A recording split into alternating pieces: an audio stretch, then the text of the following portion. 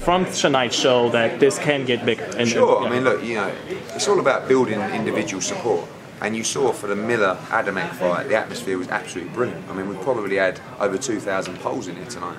You know, some of them left after the Miller-Adamek fight. And Vargas Delorme was a brilliant, brilliant fight. So, you know, I think that the atmosphere was great.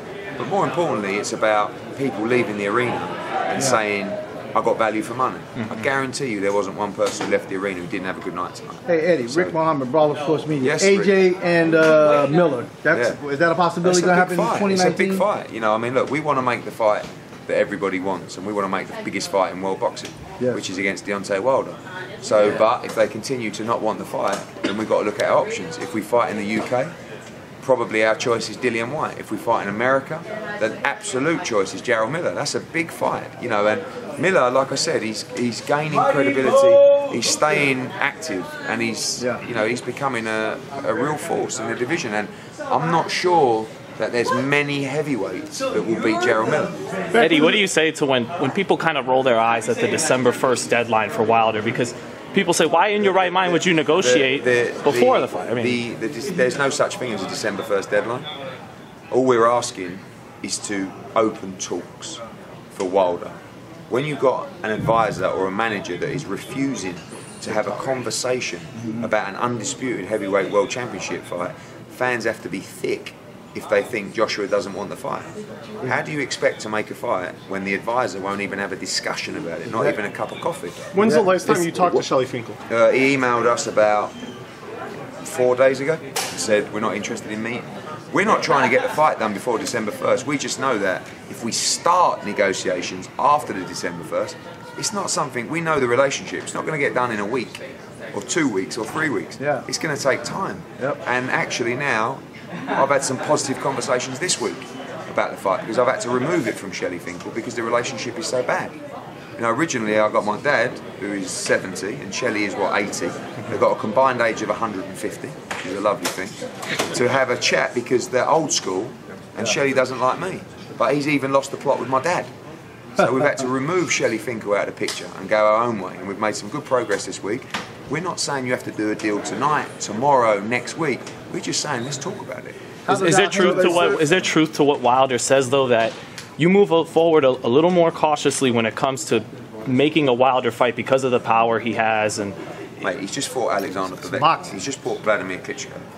Let's just wrap this up in terms of credibility and legacy and records. Joshua has had 22 amateur fights, 22 professional fights. He's beaten Povetkin, Klitschko, Dillian Whyte, Dominic Brazil, Joseph Parker, Carlos Takam. Hell of a resume. The list goes on.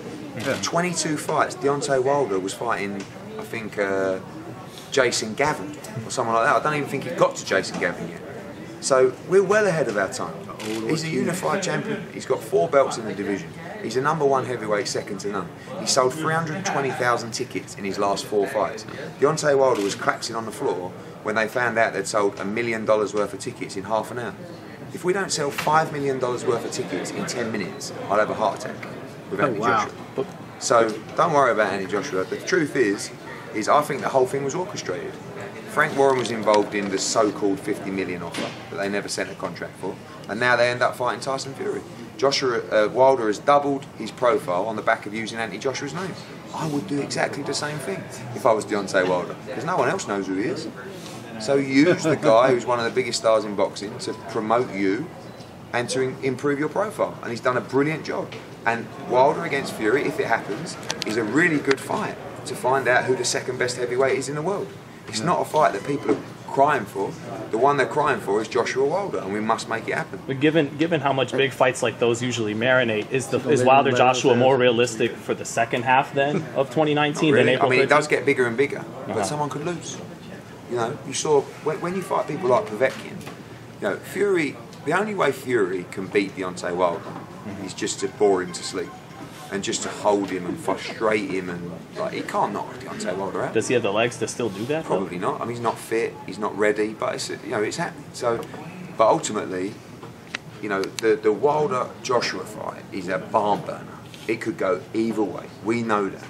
But when you've won multiple world titles, when you've unified the division, what else is there to do? Joshua's about legacy. Joshua's a winner.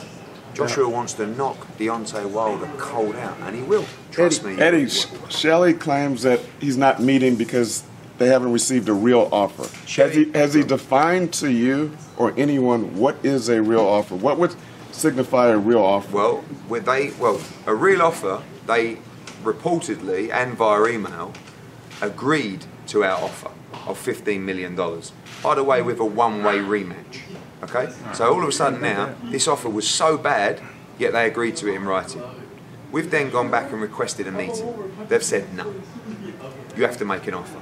So last week we made an offer which was a percentage split with a minimum guarantee with a 2-fight deal. Oh, wow. If Anthony Joshua wins, Deontay Wilder still gets to fight him again in America.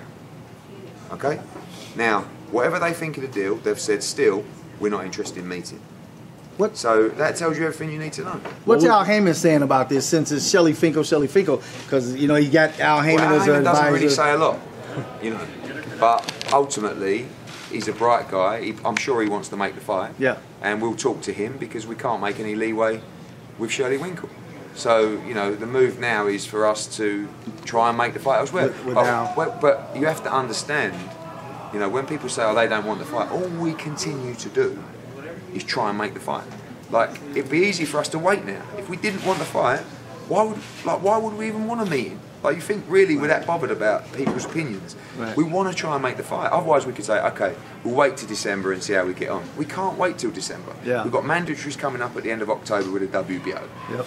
The fight's going to take a month, 2 months to try and negotiate anyway. So why not have a conversation? A cup of tea, a cup of rosy lee, as we call it. You know? So, you know, I mean, it's madness. What do you think of Canelo and Rocky Fielding?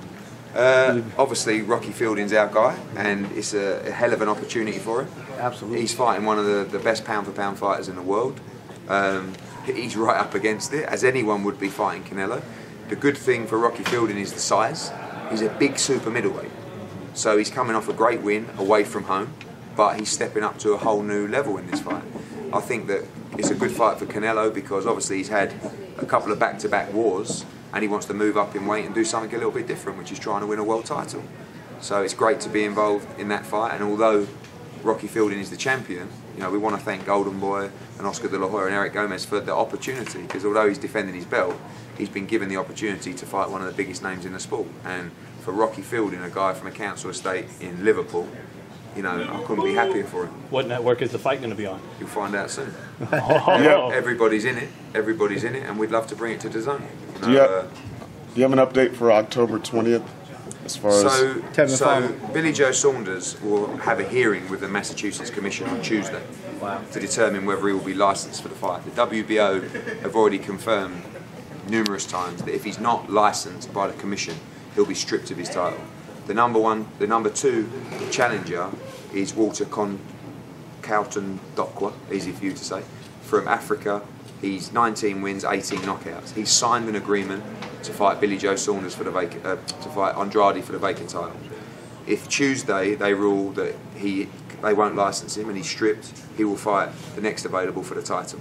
I think it's 50-50, to be honest with you.